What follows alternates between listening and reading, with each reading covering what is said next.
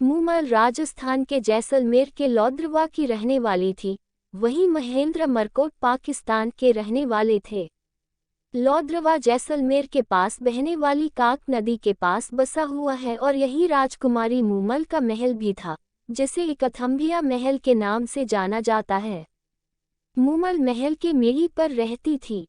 राजस्थान में छत पर बने कमरों को मेड़ी कहा जाता है।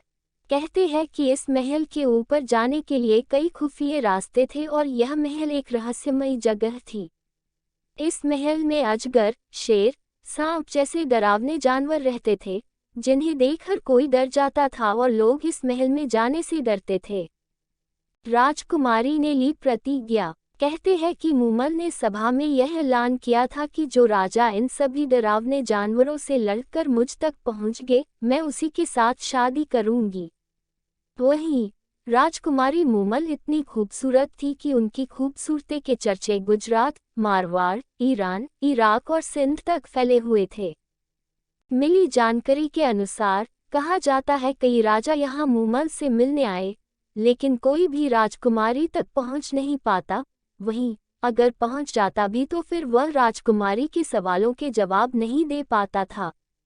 राजा को शिकार करने का बड़ा शौक था। महेंद्र अपने साले हमीर के साथ अमरकोट के पास शिकार करते थे।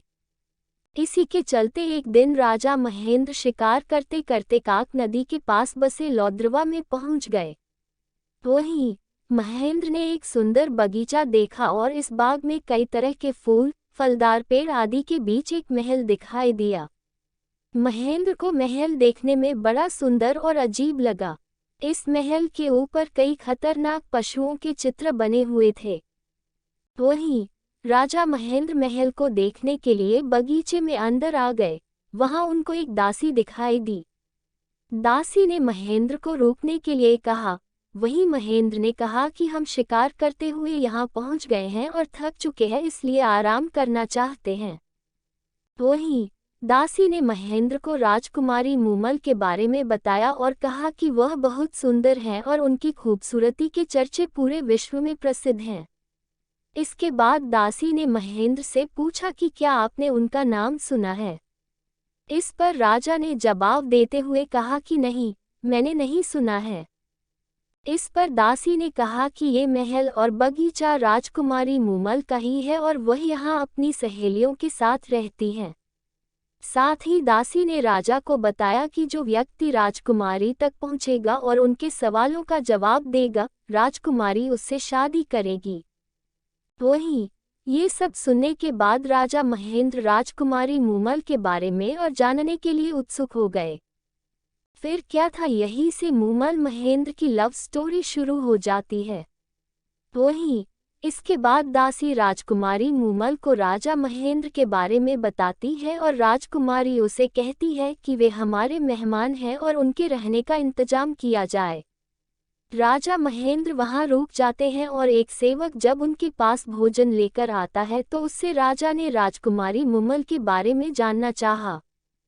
तब सेवक कहता है कि अगर मैं आपको राजकुमारी मूमल के बारे में बताने लग गया तो सुबह से शाम हो जाएगी। राजकुमारी मूमल इतनी सुंदर हैं कि उनकी खूबसूरती को शब्दों में बयां नहीं किया जा सकता है। वह इतनी सुंदर हैं कि जब वह शीशे के सामने जाती हैं तो शीशा टूट जाता है। वहीं वह दूध से नहाती है और तन पर चंदन का लेप लगाती हैं। वह दुनिया में सबसे सुंदर और अलग हैं। इसके बाद सेवक कहता है कि उन्हें देखने के लिए दूर दूर से प्रसिद्ध राजा, महाराजा और कई राजकुमार आए, लेकिन राजकुमारी ने उनकी तरफ एक नज़र भी नहीं देखा। सेवक ने कहा कि राजकुमारी उस राजकुमार से शादी करेगी जो उसका दिल जीत लेगा, वरना वह जीवन भर शादी नहीं करेगी। यह सब सुनने के बाद राजा महेंद्र राजकुमारी से मिलने के लिए उत्सुक हो गए और उन्होंने राजकुमारी से मिलने के लिए संदेश भिजवाया। वहीं राजकुमारी ने महेंद्र को ऊपर बुलाया और राजा महेंद्र मूमल को देखते ही स्तब्ध रह गए। साथ ही मूमल से नजरें हटा नहीं पाए।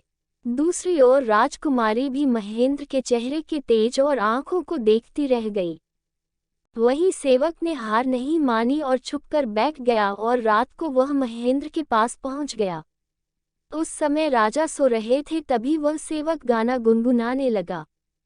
तुम्हारे बिना सोध रान, यह धरती धुंधली, तेरी मुमल राजकुमारी है उदास। मुमल के बुलावे पर असल प्रियतम महेंद्र अब तो घर आओ। जब राजा ने ये सुना तो वह बाहर आए।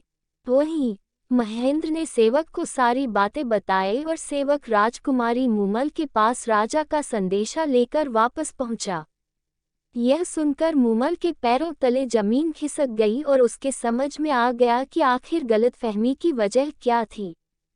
इसके बाद राजकुमारी ने दोबारा राजा के पास संदेश भिजवाया कि वह राजा से मिलने अमरकोट आ रही हैं।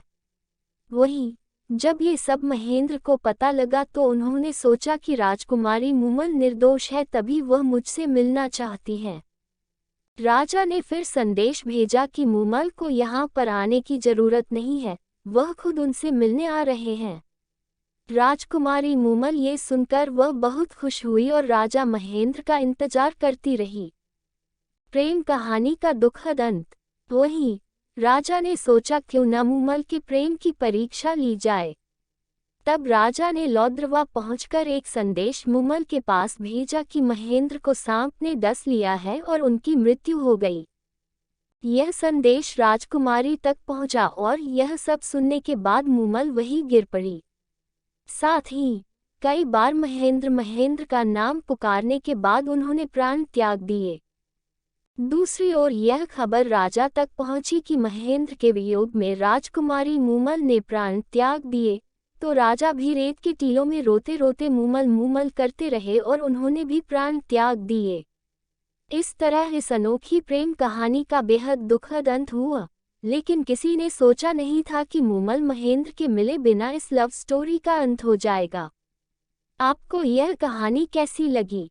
अगर आपको पसंद आए तो लाइक, शेयर और सब्सक्राइब जरूर करें। धन्यवाद।